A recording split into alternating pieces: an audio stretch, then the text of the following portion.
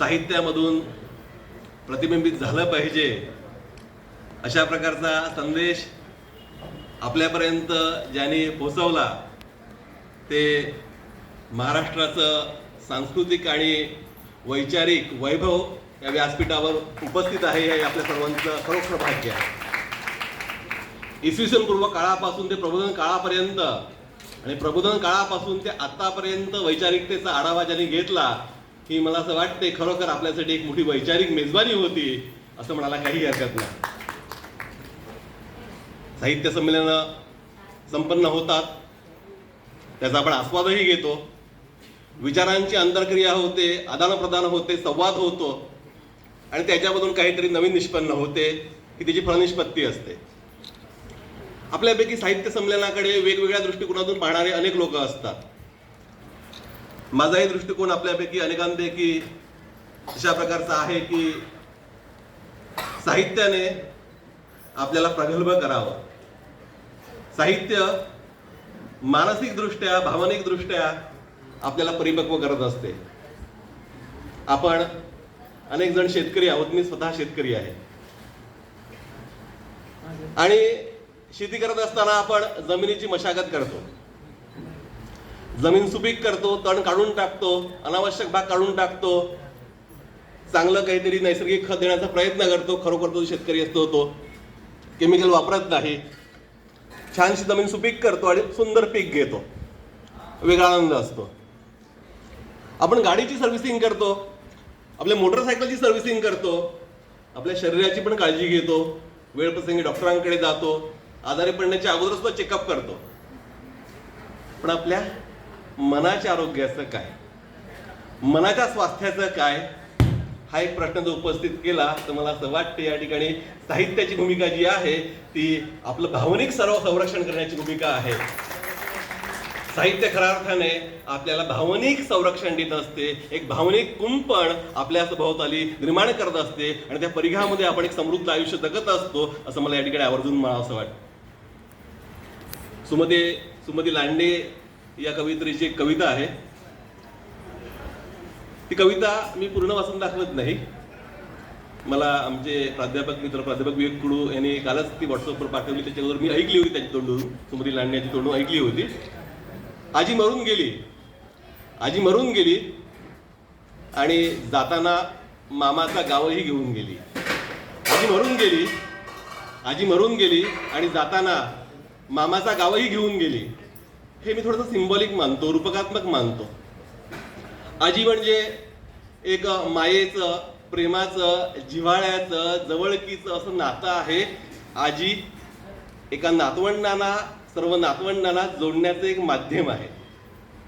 पण आता आजी गेलेली आहे, आजी मरून गेलेली आहे आणि आता हळूहळू कालांतराने नातवंडांचा ओढा मामाच्या गावाकडला कमी कमी होत चाललेला आहे. कारण आजीच नाहीये, त्याला बांधणारं जे एक सूत्र होतं ना आजीच्या रूपाचं, ती आजी आता नाहीये. कारण आजी म्हणजे भावनिक संरक्षण आहे, आजी म्हणजे मानसिक आधार आहे, आजी म्हणजे जिव्हाळा आहे, आजी म्हणजे प्रेम आहे, आजी म्हणजे जवळीक आहे, आजी म्हणजे आपुलकी आहे. हे सगळं आता नाहीये आणि त्यामुळे कुठेतरी त्या मोठ्या होत जाणाऱ्या नातवाला, नातीला असं वाटते काहीतरी हुरहुर लागते, काहीतरी गमावलेलं आहे आपण आणि मामाचा गाव आता तुटत चाललेला आहे.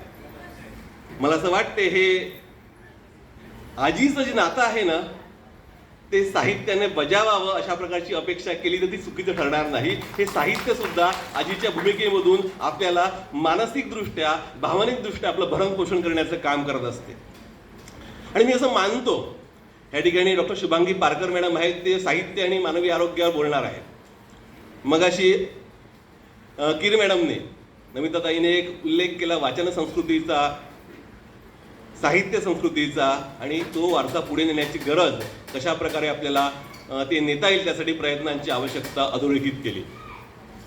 साधारणपणे एक 2-3 दशकांपूर्वी प्राध्यापक जोशी नावाच्या एका प्राध्यापकाने पुण्यामध्ये एक सर्वे केला आणि तो सर्वे होता मेरिट लिस्टमध्ये आलेले जे विद्यार्थी असतात हे मेरिट लिस्टमधले विद्यार्थी कालांतराने साधारणपणे 10-20 वर्षानंतर आपल्या आयुष्यामध्ये काय करतात, कितपत ते यशस्वी आहेत, स्थिरावलेले आहेत आणि कुठे ते नेमके आहेत या संबंधीचा तो सर्वे होता. आणि अतिशय धक्कादायक निष्कर्ष होते हे म्हणजे त्यावेळेला मेरिट लिस्ट होती, आता नाही ती.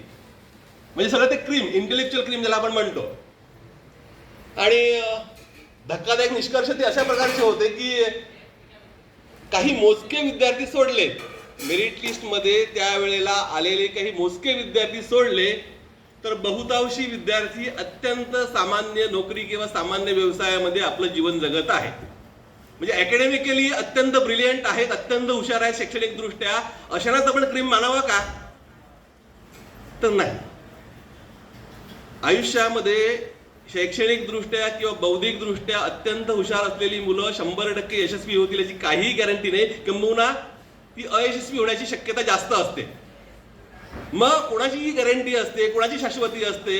आयुष्यामध्ये ती भावनिक दृष्ट्या प्रगल्भ माणसं असतात, ती मुलं असतील, ती आपल्यासारखी मध्यमवयीन माणसं असतील, तरुण असतील, भावनिक दृष्ट्या प्रगल्भ झालेली आहेत, जी परिस्थितीशी जुळवून घेऊ शकतात, जी संवाद चांगल्या प्रकारे साधू शकतात, ज्यांची चांगल्या प्रकारे आंतरक्रिया होते, जी विचारांची देवाणघेवाण चांगल्या प्रकारे करू शकतात, ही माणसं भावनिकदृष्ट्या परिपक्व असतात. आणि अशा प्रकारे भावनिकदृष्ट्या परिपक्व करण्याचं काम, मग अशी नमिताने म्हटल्याप्रमाणे त्याच्यामध्ये वाचन हा महत्वाचा, साहित्य आणि वाचन हा महत्वाचा घटक आहे. वाचन आहे, श्रवण आहे, आणि त्याचबरोबर निरीक्षण आहे आणि संवाद आहे. हे चार गोष्टी अत्यंत महत्वाच्या आहेत आणि आयुष्यामध्ये प्रगल्भ करण्याचं काम हे चार गोष्टी करत असतात. आणि म्हणून साहित्याचं आणि अशा प्रकारच्या वाचन संस्कृतीचं महत्व निश्चितपणे आहे. नेहमीच आपण ओरड करतो ज्या वेळेला साहित्य संमेलन भरत असतात, मग ते जिल्हास्तरीय असेल, ते राज्यस्तरीय असेल किंवा ते राष्ट्रीय असेल.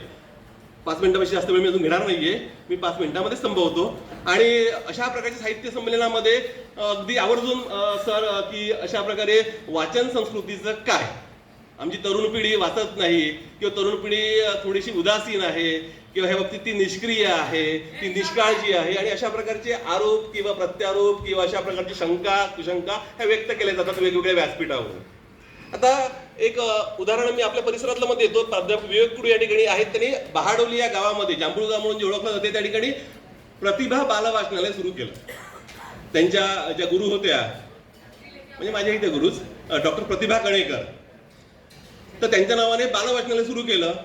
ते 4 लोकांना भेटले, त्या शिक्षकांना भेटले की तुम्ही पुस्तकं द्या, तुम्ही पुस्तकं द्या, 4 पैसे तुम्ही द्या, आणि त्या ठिकाणी 2 कपाटं आणि हळूहळू पुस्तकाची संख्या वाढवायला सुरुवात केली. आणि आज आम्ही गेलो ज्या दिवशी ते उद्घाटनाला, आणि त्या दिवशी बघतोय तर उत्स्फूर्तपणे 50 मुलं पुस्तकं घेण्यासाठी रांगेमध्ये उभी होती. आणि नंतर सुद्धा चौकशी केली त्यावेळेला असं लक्षात आलं की त्याच्यामधलीच एक मुलगी रविवारी जमून दर रविवारी ते बाल वाचनालय चालवते, आणि दर वेळेला 50, 60, 70 मुलं त्या बाल वाचनालयामधून एक पुस्तक घेऊन जातात, आठवडाभर वाचतात वेळ असेल त्या वेळेला, आणि नंतर रविवारी पुन्हा ते घेऊन येतात, दुसरं घेऊन जातात.